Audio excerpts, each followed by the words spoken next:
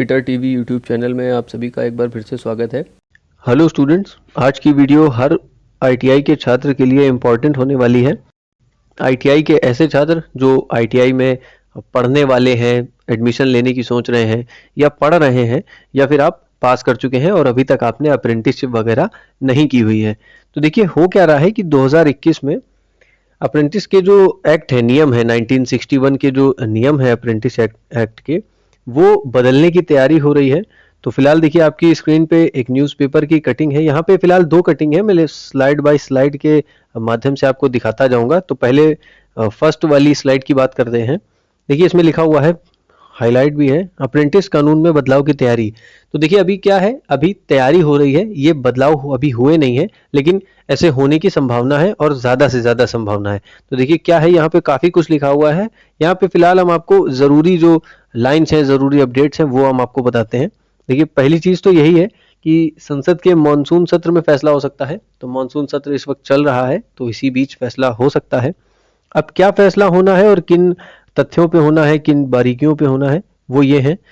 देखिए फिलहाल यहाँ पे एक चीज़ कही गई है कि होता क्या है। देखिए 1961 का जो अप्रेंटिसशिप एक्ट है, उसके हिसाब से ही कंपनियों को एक ऑर्डर है और अथॉरिटी है कि आप इतने परसेंट या इतने मात्रा में अप्रेंटिस ट्रेनी भर्ती कर सकते हैं और आप उनको अप्रेंटिसशिप करा सकते हैं। तो ये एक नियम है, ऐसा नहीं है कि आप जितने चाहें उतने भर्ती कर लें और इस तरीके से आप अप्रेंटिसशिप करा लें।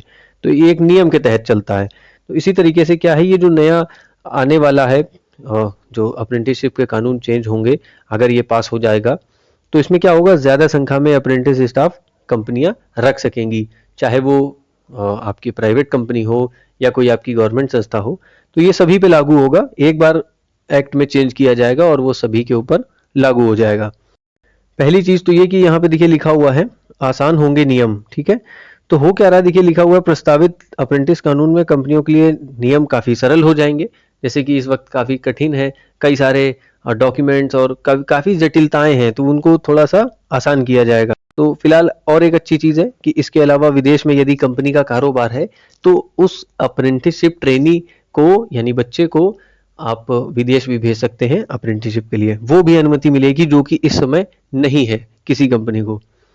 चलिए आगे दूसरी बात करेंगे। देखिए लिखा हुआ है, साझेदारी में अप्रेंटिसशिप। मान लीजिए इतनी छोटी कंपनी है कि वो नियम के अंतर्गत नहीं आती है, लेकिन अगर वो चाहते हैं कि वो बच्चों को अप्रेंटिसशिप कराएं अपने बिजनेस के अंदर, अपने इंडस्ट्री के अंदर, तो वो दो ऐसी कंपनियां आपस में मिल लें और मर्ज हो जाए, टाई अप कर लें, तो वो एक बड़ी कंपनी के हिसाब से हो गई और अप्रेंटिसशिप की ट्रेनिंग के हिसाब से वो कंपनी एलिजिबल हो गई। दो लोगों ने आपस में पार्टनरशिप कर लिया और उसके बाद वो बच्चों को ट्रेनिंग करा सकते हैं। तो ये काफ़ी अच्छी चीज़ हो जाएगी। तो इससे होगा क्या कि ये उन्हीं तब चीज़ों की तरफ इशारा कर रहे हैं कि ज़्यादा से ज़्यादा संख्या में बच्चों को अप्रेंटिसशिप की ट्रेनिंग होगी। ठीक है, इसके बाद देखिए यहाँ पे एक और बहुत ही अच्छी चीज़ लिखी है। देखिए परीक्षा नहीं देनी होगी। तो अभी क्या होता है, आप जानते हैं कि नेशनल अप्रेंटिसशिप सर्टिफिकेट जो आपको मिलता है, वो एक परीक्षा होने के बाद मिलता है, जो कि आप 1 साल की ट्रेनिंग अप्रेंटिसशिप जब पूरी करते हैं तो लास्ट में आपको पेपर वगैरह देना होता है। इसके बाद आपको एनईसी का सर्टिफिकेट मिलता है। लेकिन यहाँ पे क्या है कि देखिए नया जो अमेंडमेंट होने वाला है कानून में, अप्रेंटिसशिप एक्ट में, वहाँ पे लिखा हुआ है कि अप्रेंटिसशिप की प्रक्रिया से गुजरने वाले युवाओं के लिए राष्ट्रीय अप्रेंटिसशिप सर्टिफिकेट परीक्षा में बैठने की अनिवार्यता खत्म कर दी जाएगी। अब यह परीक्षा साल में 2 बार जरूर होगी, लेकिन छात्रों को इसमें बैठने या नहीं बैठने की छूट होगी। तो ये आपके ऊपर है, चॉइस आपको दी गई है। आप चाहें तो परीक्षा दे सकते हैं और आप चाहें तो नहीं भी दे सकते हैं। ये आपके पास फिलहाल चॉइस है। ठीक है, और छोटे से कुछ अपडेट बताएं तो देखिए इससे फायदा क्या होगा, 15% कुल कर्मचारियों की क्षमता का अप्रेंटिसशिप में भरना अनिवार्य होगा। तो देखिए इस चीज का मतलब ये है कि मान लीजिए आपके पास 100 कर्मचारी हैं, ठीक है, और आपकी जो इंडस्ट्री है उसमें मान लीजिए 100 कर्मचारी काम करते हैं। आपने 100 अप्रेंटिसशिप के बच्चों को अपने यहाँ अप्रेंटिसशिप की ट्रेनिंग दी, तो वो जो आपने 100 लोगों को, 100 बच्चों को जो अप्रेंटिसशिप की ट्रेनिंग दी, उसमें से 15% बच्चे, यानी 100 को अगर दी है तो 15 बच्चे आपको अपने कंपनी में एम्प्लॉय के तौर पे रखने जरूरी हो जाएंगे। ये एक अनिवार्यता कर दी गई है। तो इससे क्या फायदा हुआ, आपको अप्रेंटिसशिप के ज्यादा मौके तो मिले ही मिले, साथ ही साथ आपको जॉब के भी अवसर मिल गए। ठीक है, तो आपको ज्यादा कहीं भटकने की जरूरत नहीं पड़ेगी। लेकिन अब आप में से कुछ बच्चों के मन में ये सवाल उठेगा कि ये जो 100 में से 15 बच्चे हैं ये किस तरीके से होंगे, तो ये उनके देखिए काम पे, स्किल्स पे और काफ़ी चीज़ों पे निर्भर करेगा। जैसा आप प्रदर्शन आप अपनी अप्रेंटिसशिप के ट्रेनिंग पीरियड में करेंगे, उसी तरीके से आप सेलेक्ट होते जाएंगे और लास्ट में आपको वहाँ पे जॉब भी ऑफर हो सकती है, इसमें कोई दो राय नहीं है। ठीक है, आगे बात करेंगे कि देखिए 10% अभी नियम अप्रेंटिस से काम लेने के लिए है कंपनियों के लिए। तो देखिए 10% क्या है, देखिए अप्रेंटिसशिप तो आप जानते ही हैं, एक ट्रेनिंग होती है आपकी। तो अभी क्या होता है कि जैसे आप अप्रेंटिसशिप के लिए ट्रेनिंग वगैरह पे जाते हैं तो आपसे काम नहीं कराया जाता है। आपको उस इंडस्ट्री का जो प्रोसेसिंग है, जो कोई अगर मैन्युफैक्चरिंग यूनिट है तो मैन्युफैक्चरिंग वगैरह जो भी प्रोसेस है, रॉ मटेरियल वगैरह से लेके फिनिश गुड्स तक, तो आपको वो सब सिखाया जाता है किस तरीके से काम होता है। आपको वहाँ पे काम करने के लिए नहीं कहा जाता है और ना ही अनुमति होती है, ये एक्ट के अनुसार यही चीज़ें हैं। केवल 10% आपसे काम लिया जा सकता है, जो भी उनके यहाँ यूनिट में वर्क हो रहा है उसका। तो आप केवल 10% वर्क कर सकते हैं, बाकी 90% आपको वहाँ पे मैनुअली जो आपके नोट्स वगैरह हैं या आपकी कोई क्लासेस वगैरह है, ट्रेनिंग है, वो चलती हैं, तो वो आपकी ओरली चलती हैं, ठीक है, या फिजिकली भी चल सकती है, लेकिन केवल 10% आपसे वहाँ पे काम लिया जाता है। तो ये अच्छी चीज़ है। और एक चीज़ और लिखी है सबसे ऊपर, 45% तक ऊंचा वेतन ले रहे अप्रेंटिसशिप करने वाले युवा। ठीक है, तो आप समझ रहे हैं, तो इस तरीके की काफ़ी चीज़ें अच्छी मिल रही हैं आपको। 45% देखिए ऊंचा वेतन मिल रहा है। तो ऊंचा वेतन का मतलब ये हो गया, मान लीजिए अगर किसी को 1 रुपये मिल रहा है, तो जो अप्रेंटिसशिप कर चुके हैं उनको 1.5 रुपये मिल रहा है, ठीक है, वेतन के हिसाब से।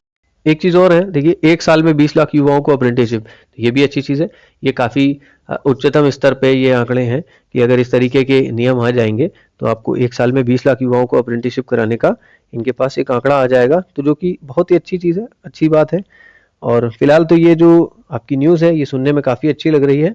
अभी देखते हैं कि इसमें कितनी और तैयारी हो सकती है और ये कब तक लागू हो जाएगा। बच्चों के लिए एक बहुत ही अच्छी न्यूज़ निकल के आती है।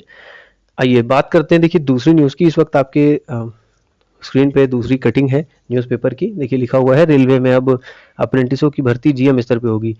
तो देखिए इस न्यूज़ का सीधा सीधा मतलब ये है कि देखिए रेलवे में अप्रेंटिसों की भर्ती जीएम स्तर पे होने का मतलब ये है कि अभी तक ये जो भी भर्तियां रेलवे वगैरह के डिपार्टमेंट में होती थी, आप जानते हैं आरआरबी और आरआरसी के थ्रू होती है, बोर्ड के थ्रू होती है, ठीक है। लेकिन ये जो पावर है रिक्रूटमेंट का, ये पावर अब जीएम को दे दिया जाएगा, यानी जनरल मैनेजर को।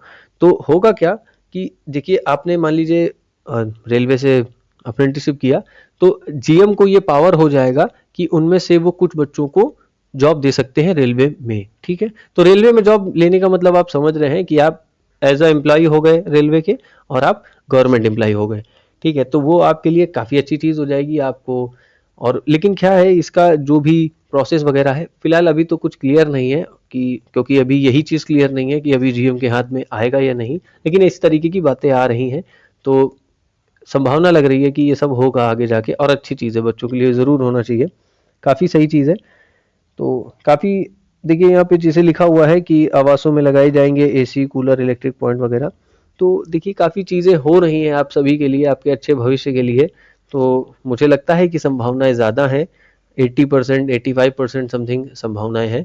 शायद थोड़ी देर लग जाए, लेकिन ये शायद होगा ज़रूर। तो आई होप ये हो जाए तो बच्चों के लिए एक अच्छी चीज़ होगी। और जैसे कि एक जो स्थिति और छवि बनी हुई है आईटीआई के डिपार्टमेंट और आईटीआई के छात्रों के लिए, काफ़ी बेकार स्थिति है इस वक्त, दयनीय स्थिति है। जैसे कि हम बीटेक वगैरह के छात्रों को देखते हैं, या डिप्लोमा के छात्र हैं, या और किसी अदर चीज़ों के छात्र हैं, तो उनकी एक अलग वैल्यू और सब चीज़ें हैं। लेकिन फिलहाल एक मैंने देखा है कि जिस तरीके से इंडस्ट्री मैन पावर के थ्रू चलती है, और आईटीआई का जो रोल है उसमें बहुत ज़्यादा होता है कि किसी भी इंडस्ट्री में जो आईटीआई वगैरह के छात्र होते हैं, मैन पावर होता है, वो हज़ारों की तादाद में होता है। उनके ऊपर मान लीजिए 100 की तादाद में डिप्लोमा वाले हैं और 10, 12, 15 उनके ऊपर बीटेक वाले हैं। तो इस तरीके से इंडस्ट्री चलती है। कुल मिला के इंडस्ट्री का जो पावर है वो मैन पावर आईटीआई से ही आता है, लेकिन उनकी वो वैल्यू नहीं है जो होनी चाहिए। तो ठीक है, इन सब चीज़ों से आपकी कहीं ना कहीं वैल्यू ग्रो अप होगी, आप भी ग्रो अप होंगे अपने करियर में, और भविष्य आपका अच्छा हो जाएगा।